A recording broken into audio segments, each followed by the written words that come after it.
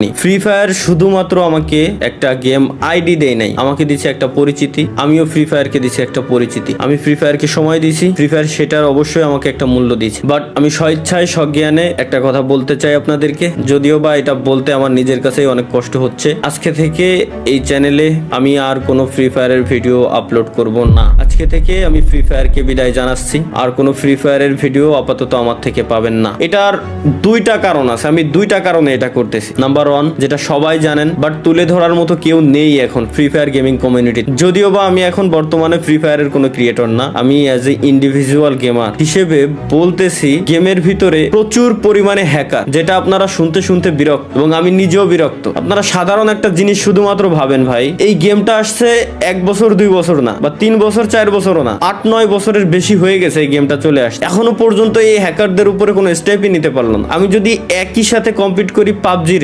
Free fire দুইটাই always কম্পিটিশনে থাকে, যে কে কার আগে যাবে সবসময়। পাবজিতে এই হ্যাকার নিয়ে অনেক আগে থেকে তারা স্টেপ নিয়ে নিছে। ইভেন পিসি প্লেয়ার যারা আছে পাবজির, পিসিতেও তারা হ্যাক ইউজ করতে পারে না। বাট ফ্রি ফায়ারে কেন এই স্টেপটা নেওয়া হয় না? এই হ্যাকের কোডগুলো সেল করে কারা, এটা বলতে পারবেন আমাকে? যাই হোক ভাই, এগুলো দেখতে দেখতে বলতে বলতে বিরক্ত। এর ভিতরে দোষ আসলে এই হ্যাকারটা প্রমোট করছি আমরা এই দিন শেষে, সত্যি যেটা বলতে হবে ভাই। কেন? কারণ আমার ম্যাচে কোনো হ্যাকার করলে আমি উল্টাপাল্টা রিয়াকশন দিয়ে ভিডিও ছাড়তাম যে জাদুকর আছে, এ আসছে, ও আসছে। দিন শেষে ওইসব হ্যাকাররাই প্রমোট পাইতো। এখন তো ওপেনে ইউটিউবে বিভিন্ন হ্যাকাররা আসলে হ্যাক নিয়ে গেম টেম খেলে, লাইভ স্ট্রিম করে, তাদের চ্যানেলে লাখ লাখ সাবস্ক্রাইবার বানায় নিস। তো আসলে এগুলোর উপরে স্টেপ নেওয়া হয় না। এটা আমি গেরিনার অফিসিয়াল মডারেটরের সাথেও আমি এই ব্যাপারে কথাবার্তা বলছিলাম এবং তাদেরকে আমি পার্সোনালি ওইসব হ্যাকারের চ্যানেলের লিঙ্ক পর্যন্ত দিয়ে আসছি, পেজের লিঙ্ক পর্যন্ত দিয়ে আসছি। যখন আমি ছিলাম পার্টনারশিপে, তখন তাদের উপরে তারা স্টেপ নিছে, কয়েকজনের উপরে স্টেপ নেওয়া হয় নাই। মাঝে মাঝে গেরিনা অফিসিয়াল পেজ থেকে পোস্ট করে যে আজকে 6 লাখ হ্যাকারের আইডি ব্যান হয়েছে, কালকে 5 লাখ হ্যাকারের আইডি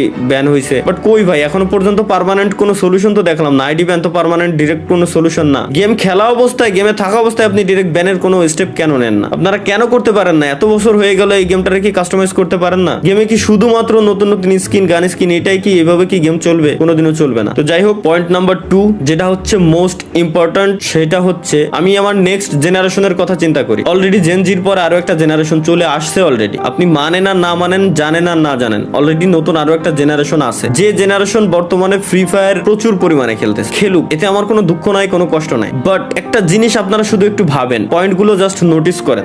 এই নতুন জেনারেশন গেমের ভিতরে আসতেছে, ই স্পোর্টস তারা খেলবে, একজন ই স্পোর্টস এর প্লেয়ার হবে তারা, দেশের নাম উজ্জ্বল করার জন্য বাইরের কান্ট্রিতে তারা যাবে। এই আশা নিয়ে তারা যখন গেমের ভিতরে ঢুকতেছে, গেরিনা তো এইভাবেই গেমটাকে বর্তমানে প্রমোট করতেছে, তাই না? যে ই স্পোর্টস এর দিক দিয়ে। তো এই আশা নিয়ে একজন প্লেয়ার যখন গেমের ভিতরে আসবে, নতুন একজন প্লেয়ার গেম খেলা শুরু করবে, তখন তার পাশাপাশি তার যে